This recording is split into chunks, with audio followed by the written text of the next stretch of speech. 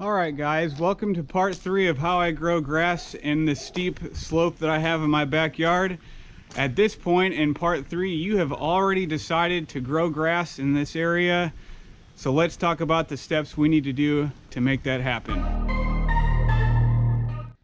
First thing we need to do is prep that soil. Remove those rocks and start agitating that soil to create a nice seed bed for some of those thin areas.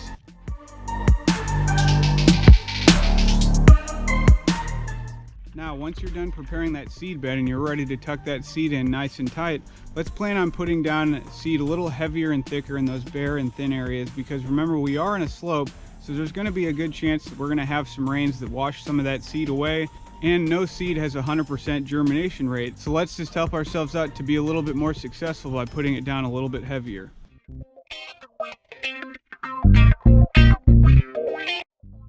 Now, once you have that seed tucked in nice and tight, let's give it a nice blanket of just a thin layer, no more than 1/4 inch of peat moss, or lay some hay down to help prevent any seed from being eaten by birds or eroding away.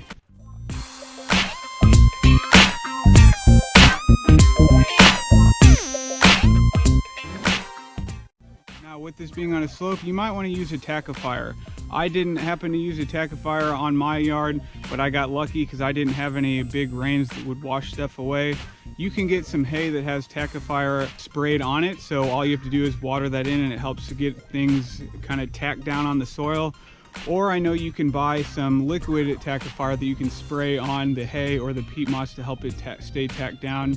Either way, it's a good idea to have something like that just to protect that soil from eroding away and from keeping the birds off of it.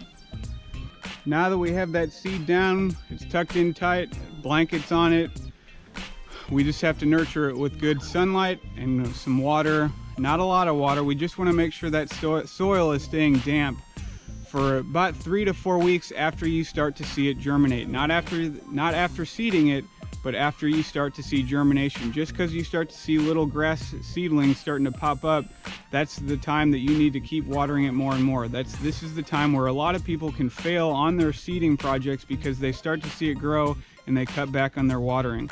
We want to keep that watering up really consistent for 3 to 4 weeks after we see it germinate, because that's just going to help you be more successful in this project.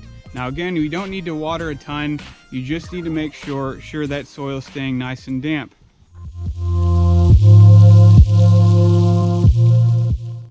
So in order to keep that soil damp, you may need to water for 10 or 15 minutes at a time, but you really need to pay attention to what that water is doing to the soil on a slope like this, because water is going to follow the path of least resistance. So sometimes when we're watering for long periods of time, that water doesn't have enough time to soak into the soil, so it starts rushing down the hill, washing away our seed, soil, and that nice cozy blanket we put on top. So to help adjust for this, one thing we can do is water an area for 5 minutes at a time, then go water another area for 5 minutes at a time, and then come back to that original spot. This helps get good water down in an area without getting it down all at one time, helping prevent soil and seed from eroding away. Now again, it's not so much about the amount of time we're watering, it's more about just keeping that soil nice and damp. So you do need to pay attention to what that weather is going to be like for the day or that week. If it's going to be really hot, chances are that soil is going to dry out a lot quicker, so you may need to water more frequently.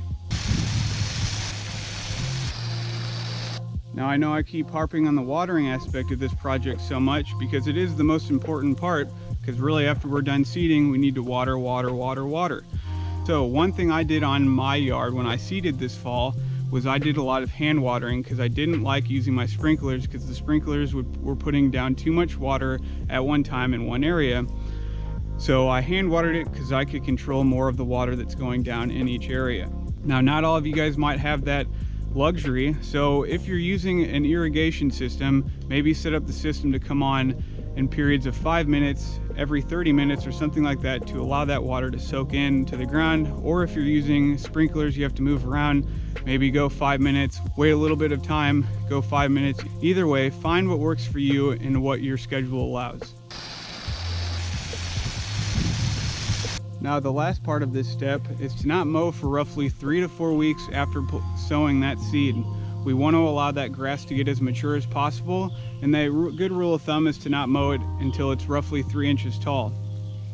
Now, if you have established grass in that lawn already and it does start to get overgrown, it's okay to mow, but just be very ginger, get on and get off.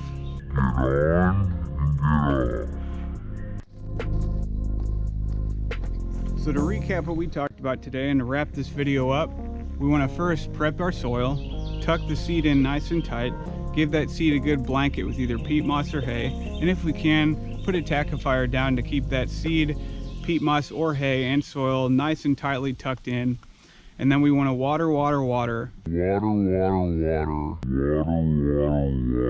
And keep that soil damp for roughly 3 to 4 weeks after seeding.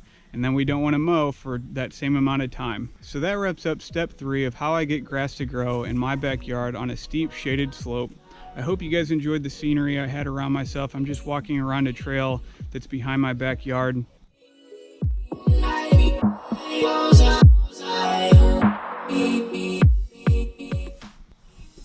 This step's a little bit more fun than all the other ones I talked about because we're getting our hands dirty and we're getting down to work. So stay tuned for the final step of this series. And as always, I'm Ben the Lawn Guardian. Subscribe to my channel if you're not already. If you like my content, give me a thumbs up and leave me some comments below as well on maybe your experiences on growing grass on a slope like this. Thanks guys, and I'll see you next time.